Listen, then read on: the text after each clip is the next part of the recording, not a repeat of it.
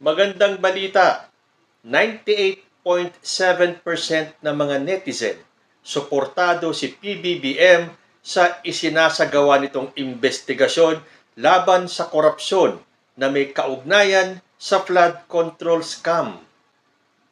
At si Senator Amy Marcos, naloloka na? Ano yan? Hawa-hawa na? Magandang araw po sa inyong lahat na imbag na Aldaw Kenyayo aming kakabsat and welcome back to my channel. Overwhelming majority, 98.7% ng netizens suportado si President Bongbong Marcos sa laban versus korupsyon. Malinaw ang boses ng bayan. Halos lahat ay pabor sa kampanya ni PBBM laban sa flood control project scam. Giit ng Pangulo, walang ligtas. Sino man ang sangkot, pananagutin. Tinitiyak ng administrasyon na ang bawat piso ng pondo ay mapupunta sa proyektong makikinabang ang taong bayan. Parang imposible yata yun. 98.7% ng netizens. Comment nga ng isang DDS dito Nahiya pa kayo? Hindi nyo pa ginawang 100%? Teka muna. Sa ginawa ni President Bongbong Marcos na isiniwalat ang korupsyon sa DPWH, meron bang hindi sumasang-ayon doon? Meron bang hindi nagustuhan ang ginawa ni PBBM? Ang ibulgar ang katiwalian sa gobyerno natin? Iba na ang takbo ng isip ninyo kung hindi pa kayo sumasang-ayon dito sa ginawa ni President Bongbong Marcos. Pro-government man kayo, pro-BBM, or pro-Duterte, or anti-BBM, ngayon lang may gumawang presidente nito. Sabi nga dito, Cory, Ramos, Estrada, Arroyo, Pinoy, Duterte, imagine, 6 na pangulo. Tapos, si BBM lang ang nakapagsiwalat sa korupsyon ng mga projects. Anong ginawa nila sa Pilipinas? Kung hindi pala naging presidente si BBM, paano na? And yet, lalo na sa mga DDS, hindi kayo natuwa sa ginawa ni President Bongbong Marcos? Patingin nyo na yung mga utak ninyo. Dahil sa ginawa ng presidente natin, kahit hindi ka maka-BBM, basta ikaw ay makagobyerno at ikaw ay anti-corruption, ang tigas na lang ng mukha mo kung hindi ka sasang-ayon sa ginawa ni President Bongbong Marcos. Ito kasi yung mga taong naniniwala sa sinasabi ng leader nila. Mga leader na tulad ni Sara Duterte, na imbis na matuwa at merong presidenteng lumalaban sa korupsyon, isasabihin, moro-moro lang yan. Hindi totoo yan. PR stunt lang yan. Anong klaseng mga opisyalis yan? Halatang halata na napahiya sila dahil iginigiit nila na weak leader si President Bongbong Marcos. Ano kayo ngayon? At isa pa, siguradong may matatamaan sa mga kaalyado nila, sa mga kamag-anak nila kapag nagsimula na ang totoong investigasyon. Kasi yung sa Senado, maniniwala ba tayo doon?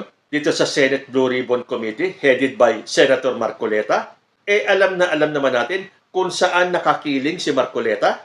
Sa House, yung mga investigasyon doon, paniniwalaan din ba natin? Yung House, iimbestigahan yung sarili nila? So, kailangan talagang magkaroon ng isang independent third party na mag-iimbestiga dito sa mga anomalyang ito. Dahil kung pababayaan natin na sila mismo iimbestiga ng sarili nila, wala pong patutunguhan yan. At tulad nga ng sinabi ni President Bongbong Marcos, walang sisinuhin. Ako nga PBBM ako. Loyalista ako. Siyempre, kung sino ang mga kaalyado ni President Bongbong Marcos, susuportahan ko. Pero kapag napatunayan na sila, kahit na sila ay kaalyado or kamag-anak pa ni PBBM, basta isa sila sa tumarantado at nagnakaw sa kaban ng bayan, dapat talagang sipain itong mga ito. Walang kamag-anak, walang kaparti-partido, walang kaalyado. So, kung kayo ay hindi pa natuwa sa ginawa ni President Bongbong Marcos, magpasay-kaya-trist na kayo. So, hintayin natin kung talagang true to his word, hahabulin ni PBBM lahat ng may kasalanan dito sa anomalyang ito. Doon sa mga hindi naniniwala, bahala kayo sa buhay ninyo. O baka naman natatakot kayo dahil ilan sa mga kaalyado ninyo, ilan sa mga senador ninyo, ilan sa mga kongresista ninyo ang kasangkot dito sa mga maanomalyang flood projects na ito. Tulad na lang nitong si Senator Bongo. May tanong lang po ako sa iyo. Common practice ba ang joint venture sa construction projects? Yes po. Alam mo ba ang proyekto ninyo na naiulat kasi ngayong araw, ngayon lang, na joint venture nyo raw po ang CLTG? 2017? I think so, yes, before. Flood control ito? I can't remember. Kung meron pong pagkukulang o deficiencies or mali, ako mismo po ang magre-recommenda sa committee ito na kasuhan kayo kahit kasama ang kamag-anak ko. So ang kumpanya ni Sara Diskaya ay nakipag-joint venture sa CLTG. At ano po ba ang ibig sabihin ng CLTG? Christopher Lawrence Tesoro Go. Sino po ba si CLTG? Ayon po dito sa Google, the real name associated with Bongo is Christopher Lawrence Tesoro Go, a Filipino politician and senator. So nangangahulugan ba na si Bongo ang may-ari ng CLTG? O baka naman tatay niya? At narinig nyo naman ang sinabi ni Bongo, kung may mapatunayan na sangkot ang kapamilya niya, siya na mismo ang magre-refer or mag-uutos na kasuhan si Sara Diskaya at ang kanyang mga kamag-anak. Yan po ang isang halimbawa na kailangan talaga natin ng third party, ng independent investigative body. Paano mangyayari yan? Si Bongo ang mag-iimbestiga sa issue ng CLTG Go at ang partnership nito o joint venture with Sara Diskaya. And speaking of Sara Diskaya, nabalitaan nyo ba na binato ang kanyang bahay o ng bahay nila mag-asawa ng mga galit na mga mamamayan natin, pinagbabato ng putik at kung ano pang basura ang bahay ng mga Diskaya.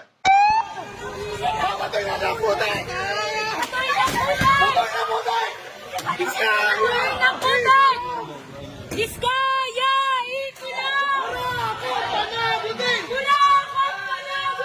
Diskaya! Ikulang!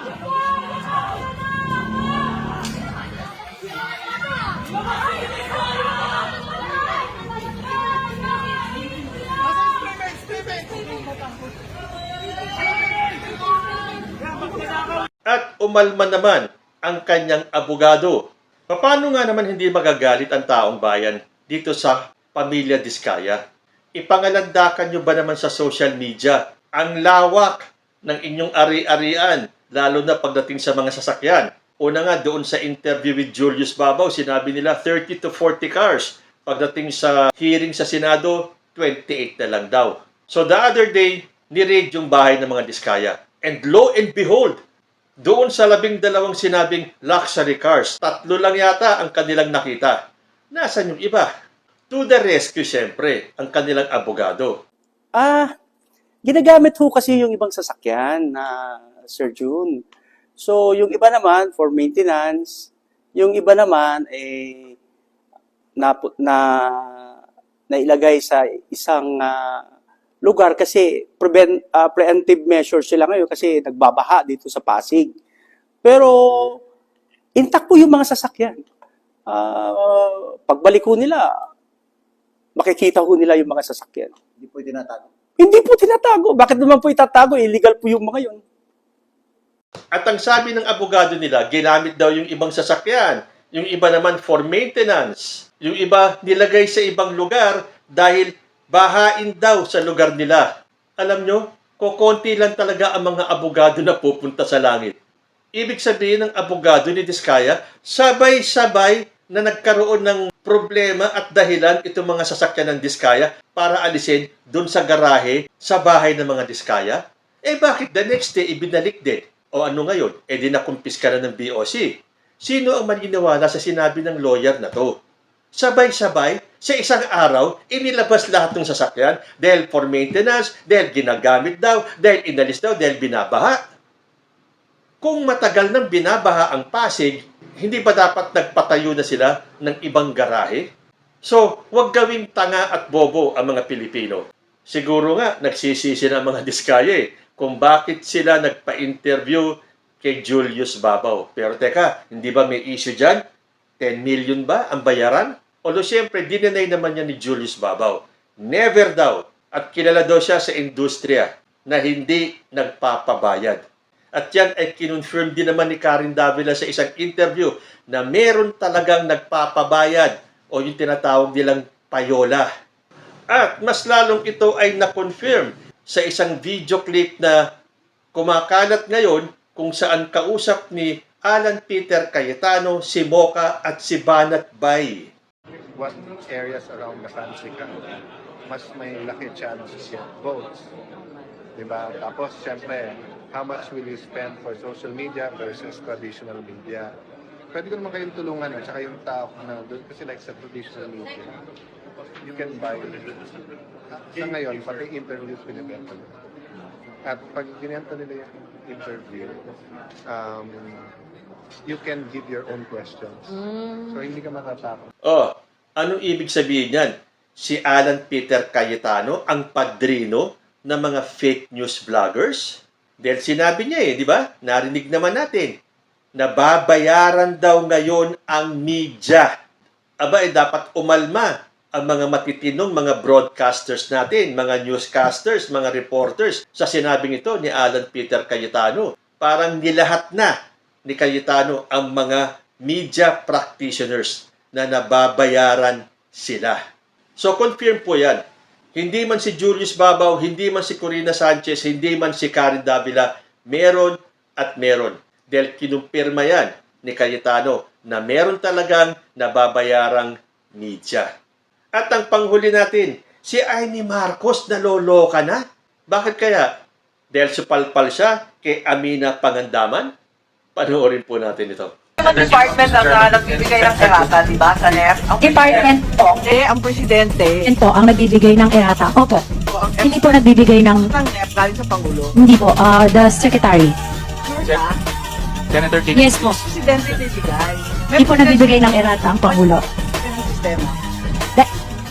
Department po ang nagbibigay. O hindi ba naman kasi, itong si Amy Marcos talaga ipinipilit na galing sa presidente, kung ano man yung galing sa presidente. Importante, mahuli ni Amy Marcos itong si Secretary Mina na sabihin na galing kay President Bongbong Marcos yung budget o kung ano man yung hinihiling o gustong malaman ni Senator Amy Marcos. Ganun na lang ang galit ni Amy Marcos sa ating presidente na gusto niyang dikdikin, gusto niyang ipagpilitan na galing sa presidente kung ano na yun.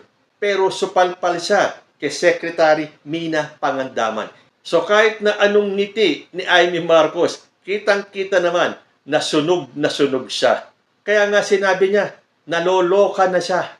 Ano yan? Nahawa na rin?